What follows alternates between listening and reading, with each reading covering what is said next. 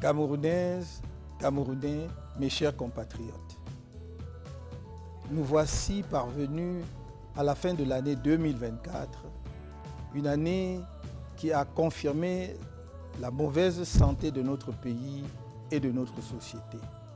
Même les plus fanatiques du régime en place constatent et commencent à admettre que le Cameroun est sur une pente dangereuse à tous égards.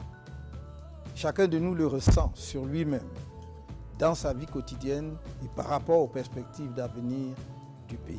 Contrairement à l'habitude, je ne vais donc pas faire un bilan récapitulatif des échecs du pouvoir en place au cours de l'année 2024. Il me suffit de relever que la situation sécuritaire de notre pays ne s'est pas améliorée de façon significative. Le conflit armé dans les régions du nord-ouest et du sud-ouest étant toujours non résolu et les attaques meurtrières de la secte criminelle Boko Haram ayant repris de plus belle.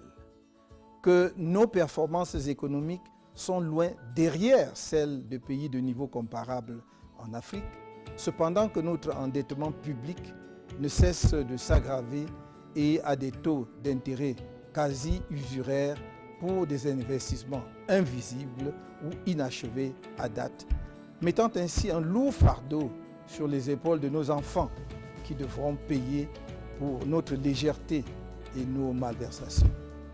Que la situation scolaire est catastrophique et sur le plan social en particulier avec une hausse continue des prix des denrées de première nécessité qui rend le coût de la vie insupportable pour nos populations, en particulier les plus pauvres et les plus vulnérables. Que l'augmentation successive des prix des carburants sous le prétexte mensonger de la suppression des subventions de l'État contribue à la cherté de la vie alors que notre pays est un producteur de pétrole, si modeste soit-il. L'état catastrophique des infrastructures routières, notamment les pénuries chroniques d'eau potable et les coupures intempestives de l'électricité qui détruisent les outils de production des entreprises, compliquent la vie des ménages et empêchent naturellement l'industrialisation du pays. Bref, le septennat volé qui s'achève en 2025 aura été véritablement un gâchis pour notre pays. Le septennat des grandes opportunités est devenu celui des grandes désillusions et de la déprime nationale. Le candidat de la force de l'expérience a disparu pour laisser place à un gouvernement de la force sans expérience, qui répand la terreur pour essayer de soumettre les Camerounais. Mal lui en prend. Le mérite, le seul de ce septennat, est de convaincre une écrasante majorité des Camerounais de la nécessité urgente d'un changement par l'alternance politique dans notre pays. Par conséquent, je vais focaliser mon propos sur ce qui nous attend en 2025 et faire une esquisse de ce que nous pourrons faire ensemble dans les mois et les années à venir pour redresser l'économie, la situation sociale et culturelle de notre pays et assurer le rayonnement international du Cameroun. Camerounaises, Camerounais, mes chers compatriotes, quand bien même on ne voudrait pas brosser un tableau de l'économie camerounaise pour l'année qui s'achève, il est difficile de ne pas revenir sur un grossier mensonge économique du gouvernement, soutenu par le Fonds monétaire international, consigné dans la loi de finances de 2025, à savoir la duperie de la subvention par l'État des produits pétroliers au Cameroun. Une subvention est une aide financière se traduisant par une prise en charge d'une partie du prix de revient d'un produit par l'État. L'examen de la structure des prix des carburants à la pompe ne laisse percevoir aucune trace de subvention. Le pouvoir en place et le FMI mentent donc de manière éhontée au peuple camerounais. Le rapport mensuel le plus récent de la Caisse de stabilisation des prix des hydrocarbures indique qu'en ce mois de décembre 2024, le prix de revient d'un litre de super au port de Douala est de 369 francs CFA. Le consommateur final l'obtient à la pompe à Douala et à Yaoundé au prix de 840 francs CFA, soit plus du double du prix de revient, sachant que ce prix à la pompe est encore plus cher dans toutes les autres localités du pays avec les frais de transport. Toute subvention de l'État aurait conduit à un prix inférieur à 369 francs CFA. Mais non seulement le consommateur final paie l'entièreté du prix de revient, il paie en plus un supplément de 471 francs CFA, représentant le transport jusqu'au point de livraison et divers prélèvements de l'État. Quelle est donc la partie du prix de ce produit supporté par l'État pour qu'on parle de subvention?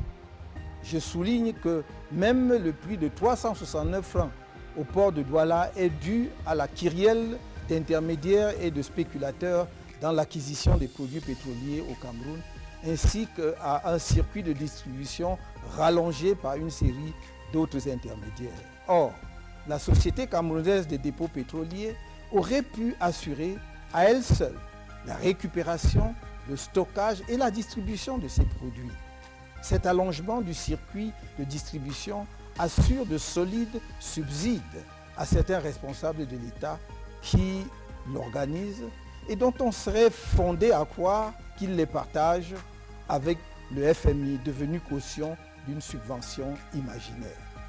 Je rappelle que le Nigeria voisin, qui a supprimé les subventions sur les carburants, se retrouve en décembre 2024 avec un prix à la pompe de 0,751 $ des États-Unis, soit environ 470 francs CFA le litre, suite à une hausse des prix de 15% sur son marché.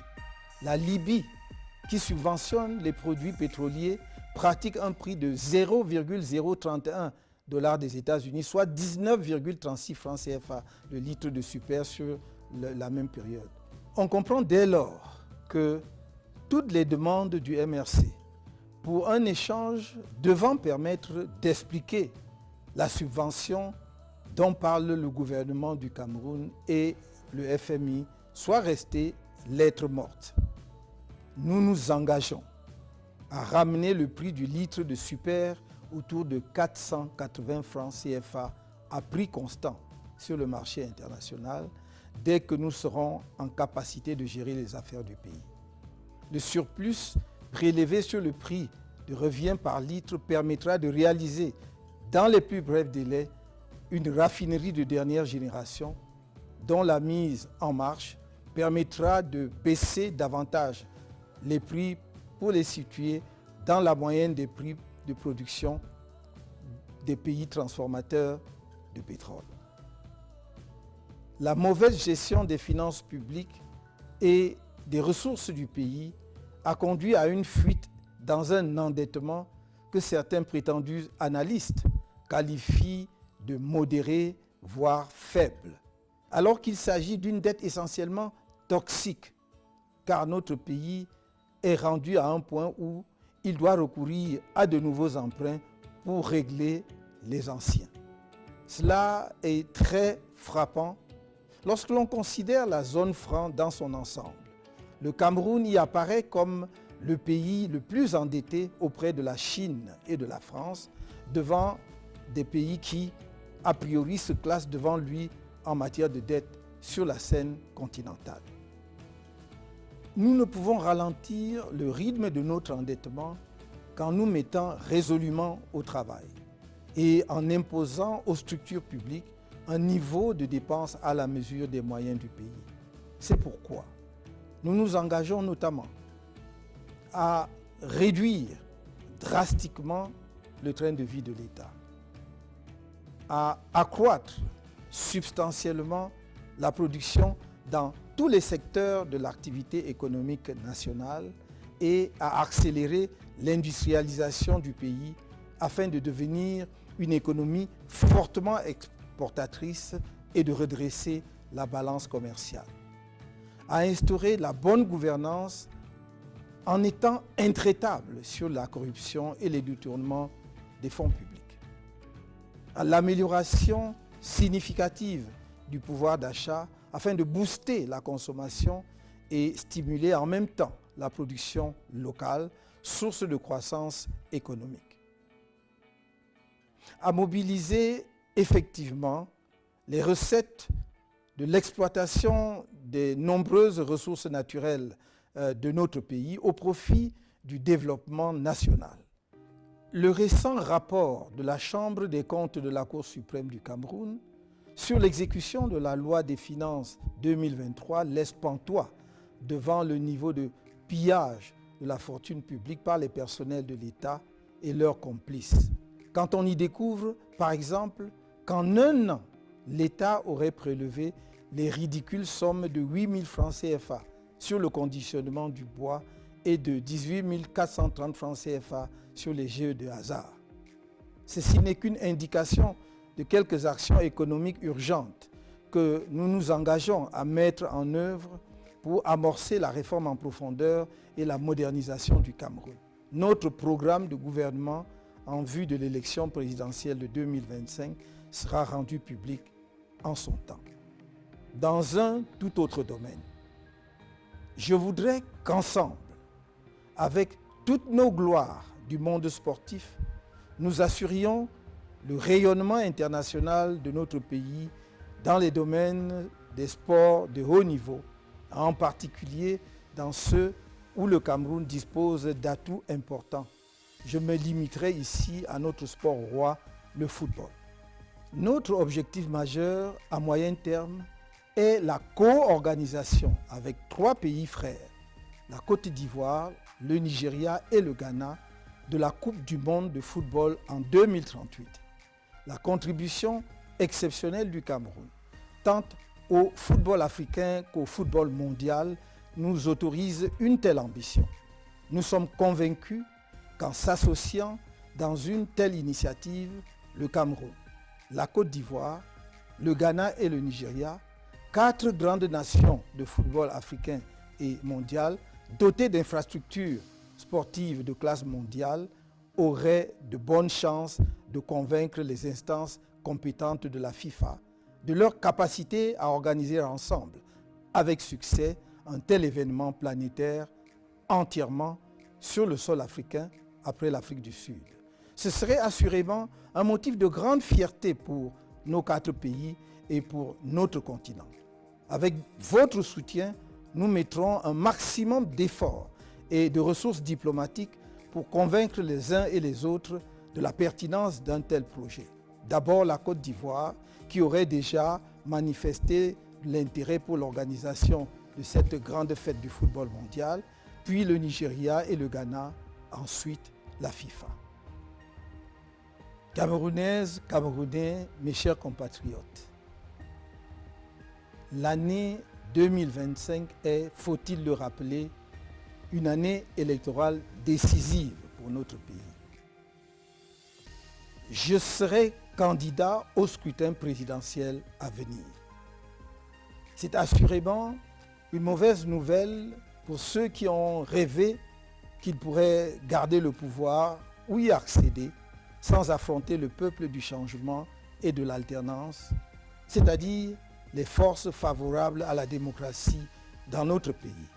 Ceux-là doivent se raviser, car par la grâce du Très-Haut, je serai candidat sans aucun doute. Le candidat porté par le MRC et les autres membres de l'APC, le candidat du peuple de la rupture avec une dictature néocoloniale. Ma candidature remplit toutes les conditions fixées par la Constitution et le Code électoral, et chacun devra en prendre acte, parce que telle est la loi. Le scrutin présidentiel à venir opposera 2 conceptions du Cameroun. D'une part, une conception passéiste et tribaliste d'un pays figé dans l'inertie, fondé sur l'arbitraire et l'exercice de la terreur contre les citoyens, gangréné par la corruption, héritière du pouvoir colonial et de ses pratiques, et au service d'une nébuleuse néocoloniale, effrayée par la modernité autant que par la diaspora camerounaise, dépourvue d'empathie et de compassion vis-à-vis des populations les plus vulnérables ou sinistrées comme à Ezeka, au mont Bankolo, dans les inondations de l'extrême nord, à Ngouaché ou à la falaise de Tchan, pour ne citer que quelques exemples récents. En tous ces lieux de douleur et de larmes, les populations espéraient en vain la présence d'un président indifférent et irrémédiablement absent.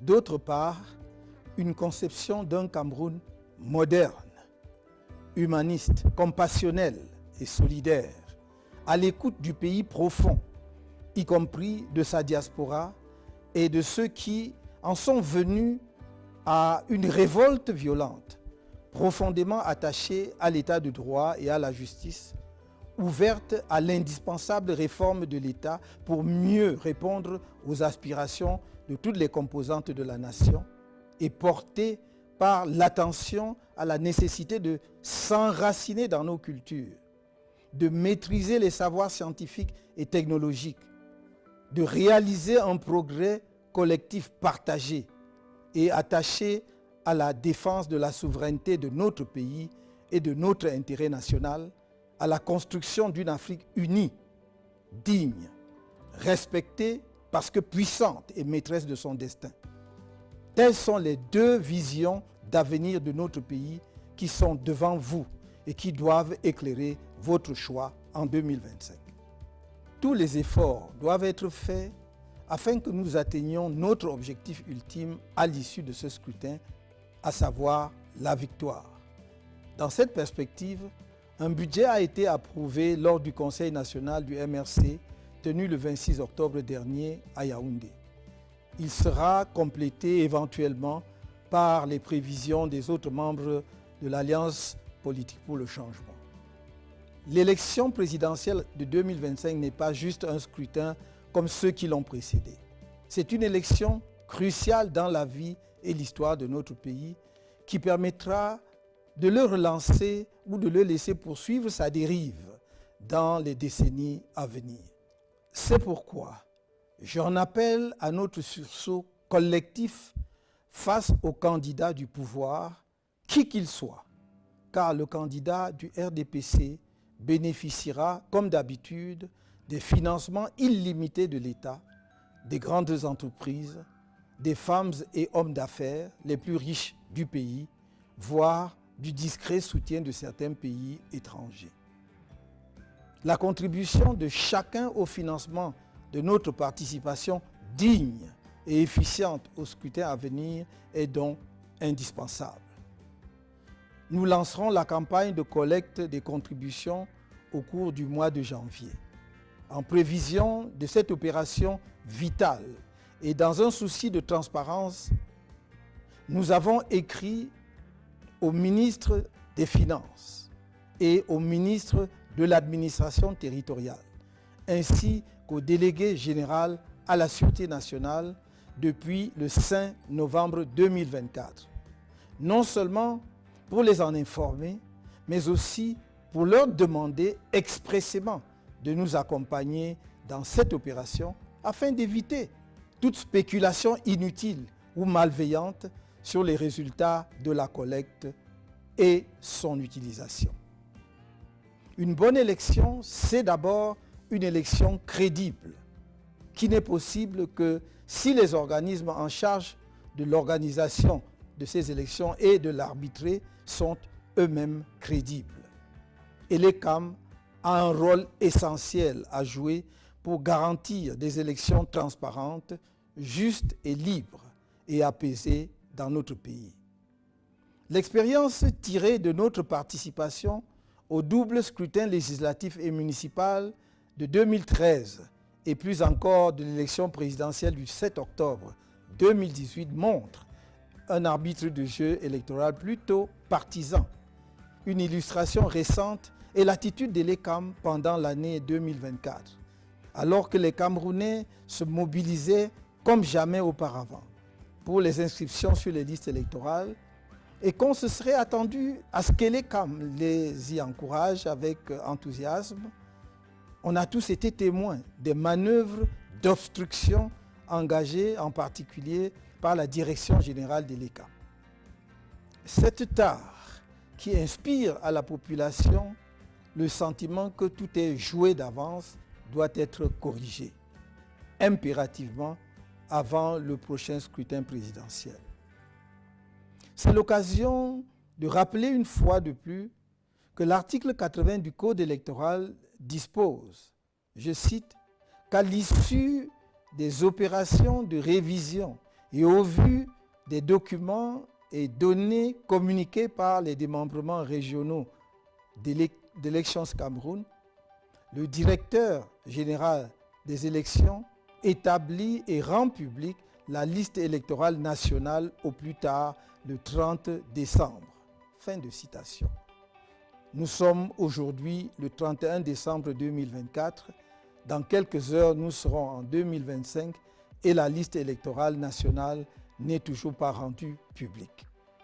Le MRC ne laissera pas une telle forfaiture sans suite légale appropriée et ne fera aucune concession sur quelque violation que ce soit du Code électoral. C'est dans cet esprit que nous avons saisi les tribunaux pour constater et sanctionner les violations de la loi portant organisation et fonctionnement du Conseil constitutionnel par certains de ses membres, dont son président. En ce qui concerne le comportement de l'ECAM et de certains acteurs techniques du processus électoral, je constate que l'ECAM a toujours du mal à appréhender son rôle d'origine, c'est-à-dire d'organe neutre, garant d'élections libres, transparentes et apaisées au Cameroun. Et l'ECAM doit se souvenir de l'histoire électorale dans notre pays et surtout pourquoi et comment on en est venu à sa création. Si les membres de cet organisme pensent seulement au décret de leur nomination et oublient leur indépendance, leur responsabilité et leur devoir impérieux vis-à-vis de la nation, ils feront courir à notre pays de graves périls engendrés par des crises électorales inutiles.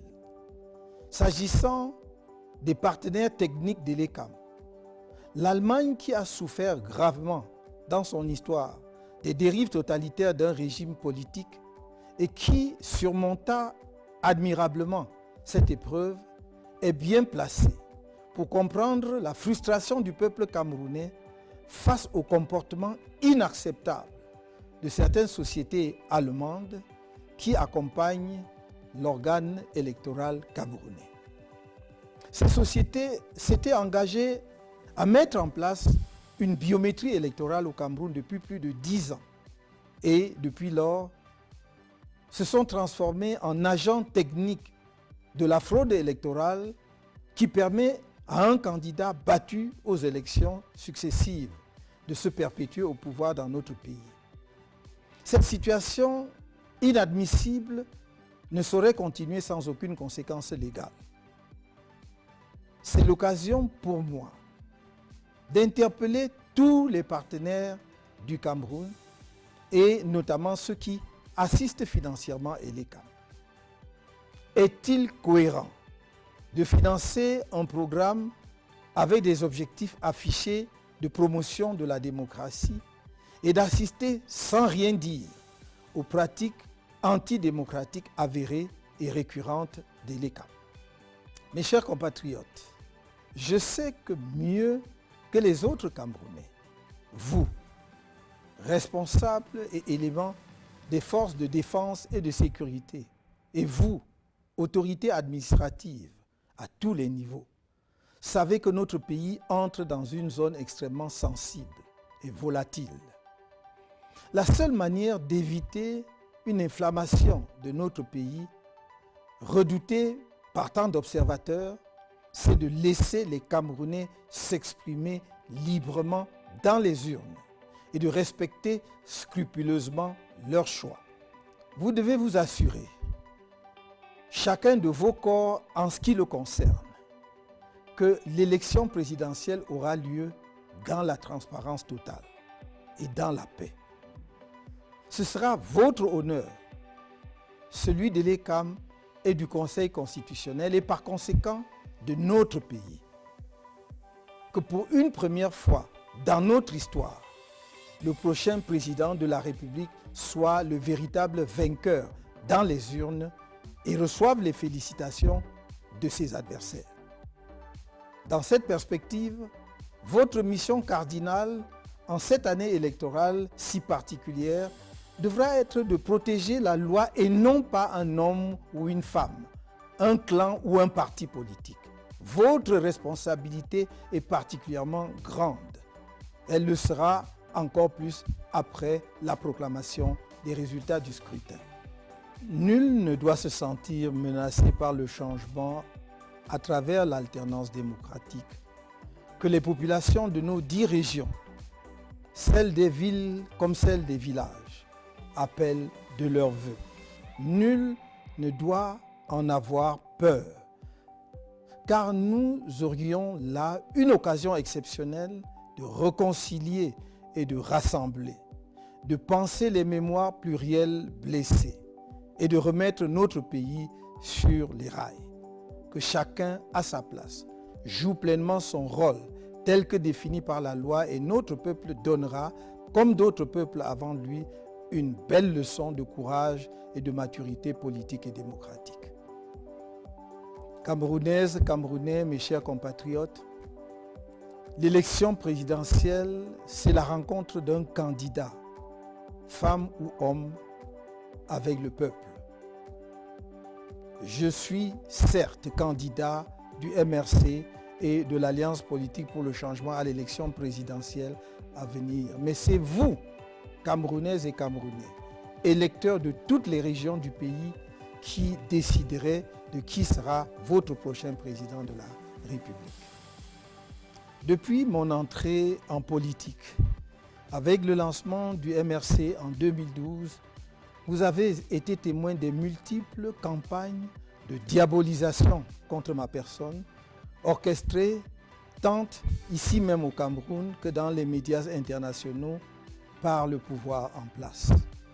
Malgré ces campagnes montées sur de grossiers mensonges, avec en toile de fond un tribalisme nauséabond, indigne d'un peuple camerounais par ailleurs admiré et respecté, personne, même pas le pouvoir qui détient tous les leviers pour enquêter sur les citoyens, ne vous a jamais produit la moindre preuve des multiples accusations portées contre moi. Je suis dans la vie publique depuis plusieurs années. La plupart d'entre vous me connaissent un temps soit peu. Chacun de vous a eu le temps de m'observer et de pouvoir se faire une opinion factuelle de mon attachement sincère aux Camerounais de toutes les origines et de toutes les religions, ainsi que de mon engagement patriotique indéfectible pour notre cher pays. Jugez chaque personnalité publique par vous-même sur la base de ses actes et non pas sur ce qu'on vous fait croire qu'elle est. C'est la seule façon d'échapper à la manipulation, la propagande, le mensonge et d'éviter les regrets après coup qui arrivent toujours trop tard. Dans cet esprit, je lance une fois de plus, comme je n'ai cessé de le faire solennellement, au moins depuis la convention du MRC de 2017, un appel en direction de mes compatriotes du RDPC, habités par le désir du changement et de sauvetage de notre pays. Je leur redis que mes bras leur restent largement ouverts. Ma conviction profonde est qu'on ne peut pas nourrir l'ambition de construire un pays en excluant du chantier national certaines de ses filles et de ses fils pour leurs choix politiques passés. Je sais qu'il y a dans les rangs du RDPC des femmes et des hommes de qualité qui, malheureusement, n'ont jamais pu exprimer la plénitude de leurs talents. J'aurai besoin d'eux pour sortir notre pays de la misère structurelle où il a été plongé, du fait des mauvais choix politiques faits au sommet de l'État depuis 42 ans. J'ai besoin de toutes les énergies pour remettre le Cameroun au travail, dans l'ordre et la discipline, afin de réaliser le progrès partagé de toutes les populations et son rayonnement international.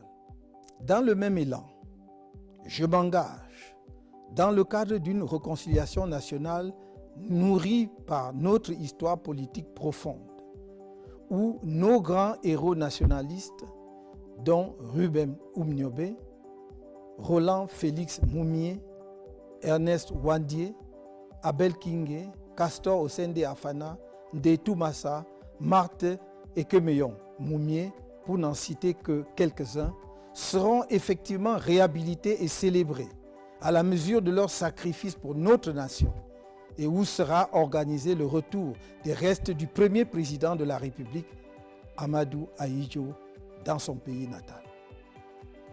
Je ne saurais terminer ce message sans dire à mes compatriotes du Nord-Ouest et du Sud-Ouest qu'avec leur soutien en 2025, une fois accédé à la tête de l'État, une de mes premières décisions sera de libérer tous les prisonniers politiques anglophones, de permettre aux exilés anglophones de revenir au pays et de convoquer un vrai dialogue national inclusif sur la question anglophone.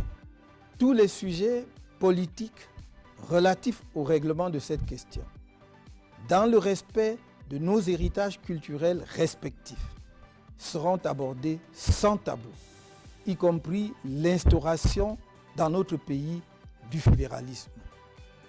À ce dialogue national inclusif seront conviées toutes les parties prenantes à la guerre civile inutile qui a ravagé ces régions, y compris les différents mouvements armés. Je veux arrêter cette sale guerre que certains ont imposée à notre pays depuis 8 ans maintenant. Nous pouvons l'arrêter. Nous devons ensemble l'arrêter pour enfin envisager sereinement la reconstruction des régions concernées et l'ensemble de notre pays. De même, je puis assurer mes compatriotes des régions de l'extrême nord, du nord et de la Damoa, qui ont tant donné au pouvoir en place, mais qui sont abandonnés sans état d'âme, à une misère choquante et à la merci de l'insécurité, de notre engagement à prendre toutes les mesures nécessaires pour le relèvement économique et social des 3 régions concernées et à mettre à la disposition de l'armée camerounaise tous les moyens conséquents pour sécuriser nos frontières orientales afin d'endiguer les attaques terroristes de la secte Boko Haram qui perturbent leur quotidien depuis plus de 10 ans. S'agissant de la lutte politique en cours, j'ai une pensée particulière pour nos nombreux compatriotes qui purgent encore des peines de prison arbitraires et illégales, malgré l'avis du groupe de travail sur la détention arbitraire de l'ONU en date du 4 novembre 2022. L'État du Cameroun foule aux pieds cet avis alors qu'il s'impose à lui en raison de la ratification par notre pays du Pacte international relatif aux droits civils et politiques de 1966. Enfin, je voudrais être très clair pour tous nos compatriotes qui seront en charge de maintenir l'ordre public au cours de l'année 2025. Plus jamais, le MRC ne tolérera la barbarie que certaines autorités administratives, éléments des forces de sécurité et magistrats ont fait subir à ses militants et sympathisants. Chaque tortionnaire d'un de nos militants ou sympathisants sera personnellement tenu responsable. Il sera poursuivi jusqu'à la fin de ses jours. À toute fin utile, je rappelle aux uns et aux autres que la torture est un crime imprescriptible et qu'en tant que crime contre l'humanité, il peut faire l'objet de poursuites devant des tribunaux étrangers. Je réitère également que nous danserons sur le rythme que choisira le régime et que si le peuple camerounais devait être placé en situation de légitime défense, il exercerait sa légitime défense. Mes chers compatriotes, le soutien que je sollicite de vous passe par une inscription massive sur les listes électorales de l'ECAM dès le 2 janvier 2025. Pour ceux et celles qui ne sont pas encore inscrits, la campagne d'inscription qui s'ouvre le 2 janvier sera la dernière avant le scrutin présidentiel que nous attendons tous. Mesdames et messieurs, les acteurs politiques et de la société civile, étudiants, universitaires, intellectuels, femmes et hommes des arts, leaders religieux de tous bords, autorités traditionnelles, nous avons rendez-vous avec l'histoire dans quelques mois, à un moment où notre pays, le Cameroun, est à la croisée des chemins. Nous n'avons pas le droit de manquer ce rendez-vous. Nos désaccords et autres petites querelles habituelles doivent être tus devant l'enjeu politique qui se joue autour du scrutin présidentiel à venir. C'est pourquoi j'appelle à un grand rassemblement pour un sursaut national en 2025, par les urnes et dans la paix. N'ayez pas peur. Je le répète, n'ayez pas peur. L'agitation, la gesticulation, les provocations et menaces incessantes que vous entendez sont les derniers soubresauts de quelques extrémistes d'un régime qui a fait trop de mal à notre pays et qui sait lui-même qu'il est au bout de sa course. Ne vous laissez ni distraire, ni impressionner. Ces extrémistes du régime ont beau déployer le spectre de la terreur et du chaos, ils ne triompheront pas face au peuple camerounais debout. L'avenir nous tend les bras, saisissons-les. Bonne et heureuse année 2025, dans la douceur d'un Cameroun porté par le souffle de l'espoir. Je ne vous trahirai pas. Que Dieu élève notre pays.